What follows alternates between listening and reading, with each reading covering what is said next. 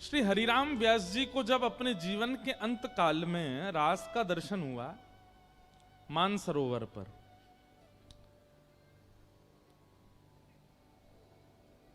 तो रास में एक लीला हुई कि ठाकुर जी और किशोरी जी में आपस में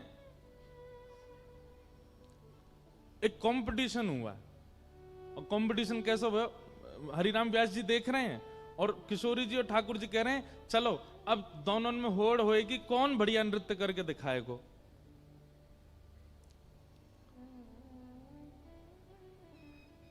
पहले ठाकुर जी आए तो ठाकुर जी ने आकर के अपने हाथ नहीं हिलाए, केवल पैरन से ही ऐसा नृत्य किया कि वो पैरन के नृत्य देख करके, वो पैरन की चाल देख करके, पैरंग की त्रिभंगता देख करके जितनी सखी थी सब जय जयकार करने लगी। ठाकुर जी ने नृत्य किया, अब बोले किशोरी जी अब आप करो। किशोरी जी आई तो किशोरी जी अपने हाथन से ही नृत्य कर रही हैं, पैर नहीं चला रही हैं। ये नृत्य कला में ऐसा होता है, जब आप शास्त्रीय नृत्य देखेंगे तो वहां पैरों से ही नृत्य होगा, हाथों से ही ध्वनि निकालेंगे, ऐसी ऐसी एक्सप्रेशंस बनाएंगे, वो वैसे नृत्य का स्वरूप चल रहा था। ठाकुर जी बोले हाथंते तो कोई भी नृत्य करेगा, पामंते करके दिखाओ, हाथ नहीं हिलने चाहिए, बस पामन से नृत्य करो। तो किशोरी जी जैसे ही नृत्य करने आई तो आप नृत्य करते करते करते करते करते करते किशोरी जी ने ऐसी गति पकड़ी चरणन से कि सबके नेत्र खुले रह गए, अपलक नेत्रन से सब देख रहे हैं।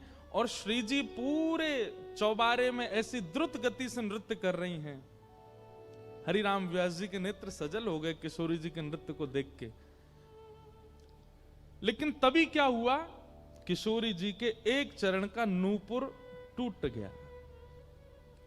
और जैसे ही नूपुर टूटा तो जब दो चरणों से जब नृत्य होता है तो दोनों चरणों के नूपुरों की ध्वनि से ही गति बनती है। अब एक नूपुर जैसे ही टूटा तो एक पैर की गति की आवाज आ रही है, दूसरे पैर की नहीं आ रही। तो कहते हैं 9 गुण तोरी नूपुर गयो। हरिराम व्यास जी ने कितनी द्रुत गति, ये बताने का विषय नहीं है, ये तो आपको सोचना पड़ेगा, ये तो आपको अनुभव करना पड़ेगा। हरिराम व्यास जी ने वही गति पकड़ी जिस गति से किशोरी जी नृत्य कर रही हैं, और पीछे जाकर के अपने जनेऊ को, ब्राह्मण जनेऊ पहनते हैं ना, जनेऊ को पकड़ करके तोड़ा और तोड़ करके किशोरी जी के नूपुर को, नृत्य करती हुई किशोरी जी के पीछे चलते चलते ही उस नूपुर में अपना जनेऊ पिरो करके बांध करके किशोरी जी के पैर में बांध दिया। नृत्य रुकने नहीं दिया किशोरी जी का। 9 गुण तोरी नूपुर गयो महत सभा मधिरास के।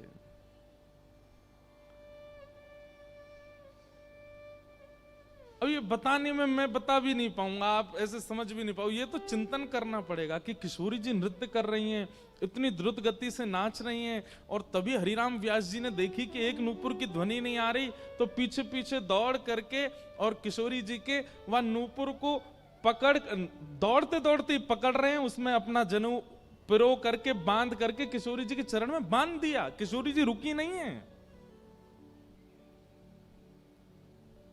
और वह जो प्रतियोगिता चल रही थी उसमें किशोरी जी की विजय हो गई, किशोरी जी जीत गई। वो तो आज तक निकुंज में ऐसी कोई प्रतियोगिता हुई ही नहीं जिसमें ठाकुर जी जीते हों, सब में श्री जी जीतती हैं।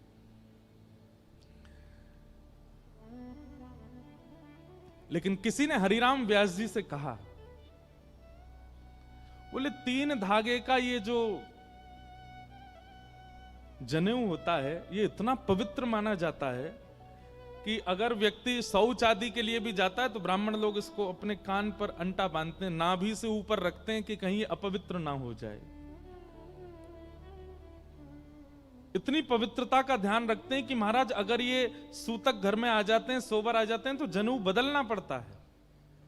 और जनेऊ बदलने के लिए पंचगव्य पीना पड़ता है, सूर्य की आराधना करनी पड़ती है, गायत्री उपासना करनी पड़ती, तब जाके जनेऊ सिद्ध होके पुनः धारण होता है। इतनी महिमा वेद शास्त्रों में जनेऊ की कही गई और आपने जनेऊ तोड़ दिया। हरिराम व्यास जी का उत्तर सुनने लायक है। बोले भैया जनेऊ पहनवे तो कहा हो भाई ये बताओ। बोले पुण्य मिलते हैं। जनेऊ पहनने से क्या होता है? देव ऋण, ऋषि ऋण, पितृ ऋण। हमारे ऊपर 3 लोन चलते हैं, बहुत सावधानी से सुनिएगा। 3 लोन हैं हमारे ऊपर। पहला लोन चलता है हमारे ऊपर देवताओं का, इसलिए समय समय पर देवताओं को जाके हम प्रणाम करते हैं कि उनकी कृपा से हम जी रहे हैं। ये लोन है उनका हमारे ऊपर, इसलिए कभी कभी मंदिर जाके उनको वंदन करना चाहिए। देव ऋण। दूसरा है पितृ ऋण। पितृ ऋण मतलब हमारे दादा, नाना, परदादा, जिस कुल में हम जन्मे, तो जब श्राद्ध पक्ष आता है तो हम उनके निमित्त भोजन कराते हैं आदि आदि। वो पितृ ऋण है, उन लोगों का ऋण है हमारे ऊपर। वो नहीं होते तो हमारा खानदान क्या होता, कुल क्या होता, गोत्र क्या होता। देव ऋण, पितृ ऋण, और तीसरा है ऋषि ऋण। हम सबके गोत्र हैं, कोई भरद्वाज है, कोई गौतम है, कोई अन्य अन्य, सबके गोत्र हैं। इसका मतलब हम उन ऋषि की परंपरा में हैं। ऋषियों के नाम से ही गोत्र होता है, गोत्र कोई अलग नहीं हो सकता। तो उन ऋषियों का ऋण चल रहा है हमारे ऊपर, तो इसलिए हमारा खानदान क्या होता, कुल क्या होता, गोत्र क्या होता। देव ऋण, पितृ ऋण, और तीसरा है ऋषि ऋण। हम सबके गोत्र हैं, कोई भरद्वाज है, कोई गौतम है, कोई अन्य अन्य, सबके गोत्र हैं। इसका मतलब हम उन ऋषि की परंपरा में हैं। ऋषियों के नाम से ही गोत्र होता है, गोत्र कोई अलग नहीं हो सकता। तो उन ऋषियों का ऋण चल रहा है हमारे ऊपर, तो इसलिए देव ऋण, पितृ ऋण और ऋषि ऋण, ये तीनों ऋण हमारे कम होते हैं अगर हम जनेऊ पहन करके पाठ पूजा आदि करते हैं, तो धीरे धीरे घटने लग जाते हैं। हरिराम व्यास जी बोले देव ऋण, ऋषि ऋण, पितृ ऋण घटते हैं, गायत्री की उपासना होती है, पुण्य की प्राप्ति होती है, स्वर्ग अपवर्गों की प्राप्ति होती है, धर्म सुदृढ़ होता है जनेऊ पहनने से। भैया तुम सबरे तो अपने पुण्यन को, धर्मन को, ऋणन को कंधा पे डारे डोलो, मैंने तो तोड़ के श्री जी के चरणन में बांध दिए। मेरे सबरे धर्म, मेरे सबरे पुण्य, मेरे सबरे जीवन के जो भी मोह प्राप्त होने होगा, सब मेरी किशोरी जी के चरणन में है। ऐसे श्री हरिराम व्यास, जिनका चरित्र हम कल, और हरिराम व्यास जी की स्थिति बनी कैसे? महादेव की कृपा, महादेव की कृपा से। ऐसे श्री हरिराम व्यास जी को हम प्रणाम करते हैं। हरिराम व्यास जी का एक पद है, कल हमने वैसे कथा के विश्राम में भी एक पद गा करके व्यास जी को प्रणाम किया था, पर एक पद अभी अभी और मुझे दिख गया, तो मन में भाव आया कि ये पद गा करके फिर व्यास जी के चरित्र को विश्राम देंगे।